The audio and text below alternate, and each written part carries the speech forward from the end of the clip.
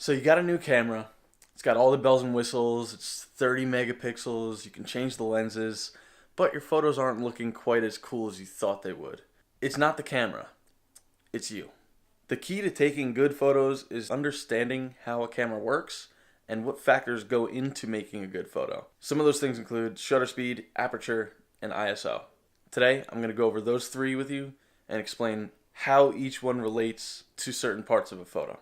A lot of my friends ask me how to take better photos, and truthfully, I can't really just tell you how to make a better photo, but I can share with you some tips on understanding this exposure triangle so you can kind of get a grasp on how it works and what parts of that exposure triangle you need to adjust to get the effects that you want in your photos. But as you can probably tell, I just woke up and I have to get ready.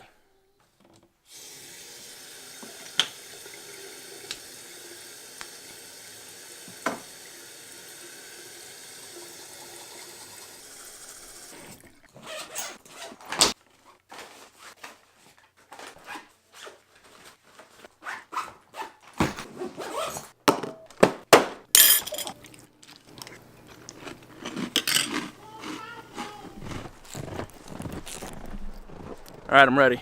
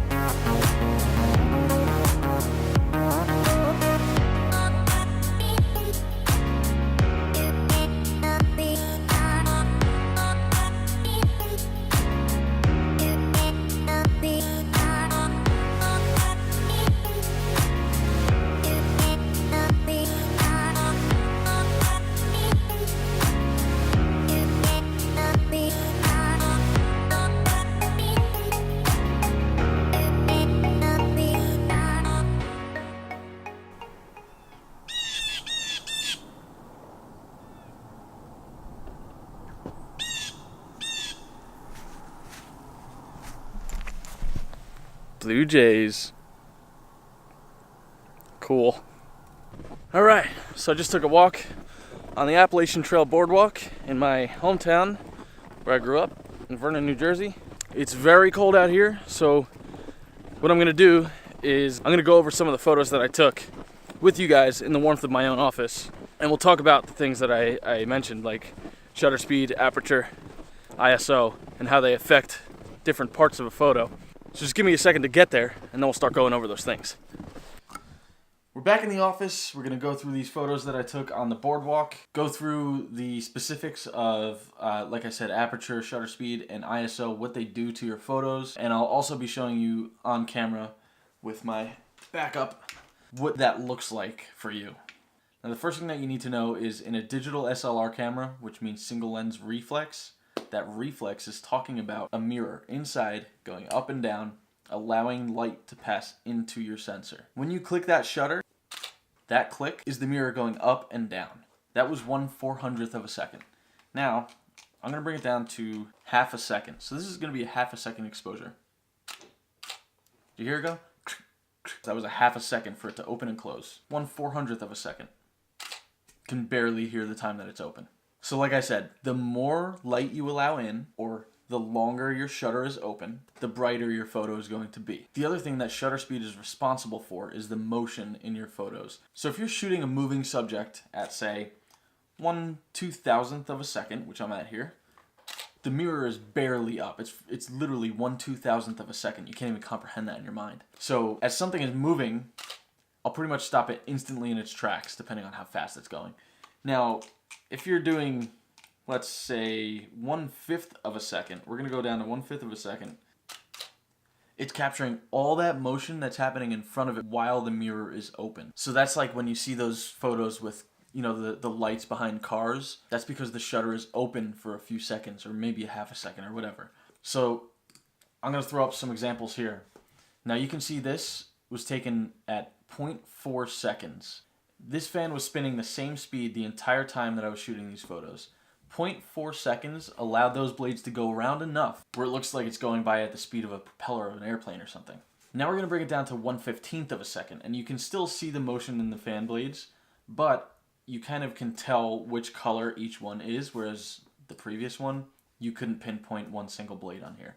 This one you can see there's 5 blades, they have 5 different colors, but you can also tell that the fan is on and it's moving. The next photo is at 1/60th of a second. This is a very popular shutter speed for people to say is like the minimum to hand hold. It really depends on how steadily you can hold a camera. But anyway, 1/60th, you can see it's a lot more frozen rather than the 1/15th and the 0.4 second exposure. And then we'll go all the way up to 1/500th of a second, which you can see here, 1/500th of a second, and the fan blades are virtually stopped. There's a very tiny bit of motion that you can see here. That might also have to do with the fact that it was shot at 1.8 and it was out of focus, which we will talk about soon. But you can see 1/500th can pretty much stop a fan to make it look like it's not even on. Like I said, this was on the entire time at the same exact speed. So that's your basics of shutter speed. For me, when I turn my dial on the top here, I don't know if that's in the frame. Okay, so the shutter speed is the number with the 1 in front of it. Oh, where'd it go? There we go. The higher the number after the 1, the shorter the amount of time that mirror, that shutter is open for, and the more motion you will stop. The lower the number, the longer the time the shutter is open for, and the less motion you will stop, and the more motion you'll see in your photo. So you can even go up to like, I think mine goes up to 30 seconds before you have to actually manually hold it open. All right, so let's move on to aperture. Aperture is the opening in the diaphragm of the lens. Now the lens has blades that will open and close to allow a certain amount of light in. Like I said, all of these factors have to do with light. The amount of light that you're letting in, the amount of time that light is exposed, and the sensitivity of your sensor to that light, which is ISO. And we will get to that, I promise. Aperture blades look like this, or at least they did. For film cameras, this Amazon Echo is a lens. With the aperture blades wide open, that's as much light as that lens will let in. So it's going to be a brighter photo. With the aperture blades closed down, less light gets in, darker photo.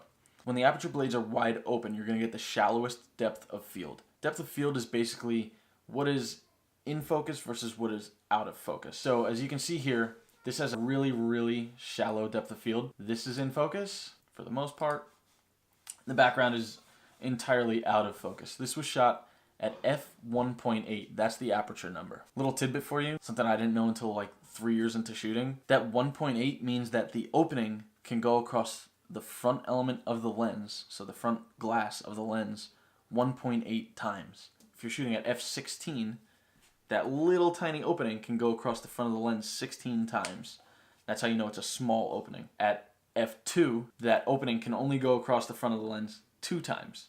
Kind of helped me make sense of it when I was shooting, because I never understood why the numbers were reversed, why, you know, a smaller number meant a bigger opening, but makes sense to me now. So yeah, anyway, you can see f1.8 allowed me to get just that one cattail in focus. Now we go to f5.6, which is a smaller opening, and you can see more of the images in focus. It's not incredibly sharp in focus, but you know, you can kind of make out what that piece is. And let's go back. A lot more out of focus.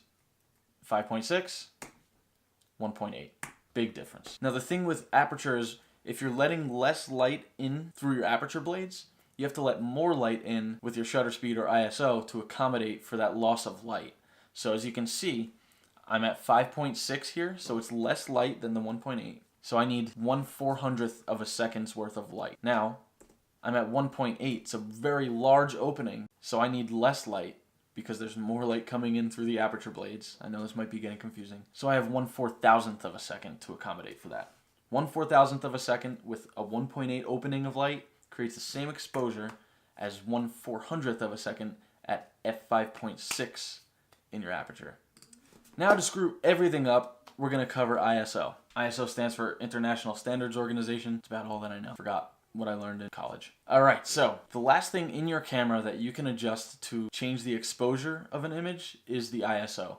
And the ISO is basically the sensitivity of your sensor to the light that is being allowed. Think of it like this. Your sensor can change the size of the pixels on it to gather more light. So the bigger the pixels, the more light those pixels will gather. The smaller the pixels, the less light those pixels will gather. So you can see I shot this one at ISO 100. So that means smaller pixels, less light coming in. Because those pixels are small, there's not a lot of grain in an image, and I can show you what I mean by that. If we go to the ISO 2000 image here, you can see there's a lot of, that's what we call grain. 2000, because the pixels are bigger, you can see where those pixels start and stop, basically. So you can see the difference here.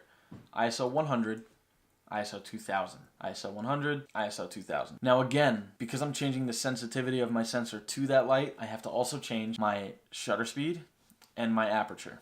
At ISO 2000, I don't need to have a lot of light coming in because my sensor is already gathering all that light. So what I did, in order to keep the aperture the same for this demonstration, I put my shutter speed at 1/2500th of a second. And you can see in the ISO 100, because I'm not allowing a lot of light through my ISO, I need more time for that light to hit the sensor, so I put it all the way down to 1/125th of a second. Though that may seem really fast, in the terms of photography, it's not. So like I said, those are the three most important things when it comes to exposing a photograph. Shutter speed, which is how long your sensor is exposed to the light. Aperture, which is the size of the opening in your lens to your sensor. And ISO, the sensitivity of your sensor to that light. If you're just starting out, I would recommend playing around with shutter speed and aperture as much as possible. Those are the two, in my experience, that matter the most, especially to like the final look of an image. Whereas ISO is a little bit easier to just bump up or push down. Melissa's vacuuming. So like I said, I would try to focus on shutter speed and aperture because those are going to make the two biggest differences in your photographs. Just remember, all three of those things work together. So if you have an image already and you want to change something about it, you're going to have to change one of those three things. And then to make up for the change that you make there, you're also going to have to alter one of the others. So for example, you have a photo of a highway at night and cars are driving by, but you don't see any light trails from those cars. You're going to have to expose the image longer. So you're going to have to decrease your shutter speed, giving yourself a lower number. And now to make up for all that light that's now going to be coming in, you have to increase the number of your aperture, which will close the lens down and decrease the amount of light coming in, or decrease your ISO number, which will decrease the sensitivity of your sensor to that light coming in. I hope that makes sense. It is a little bit confusing, but once you put it into practice enough and you kind of get the hang of it, it becomes second nature.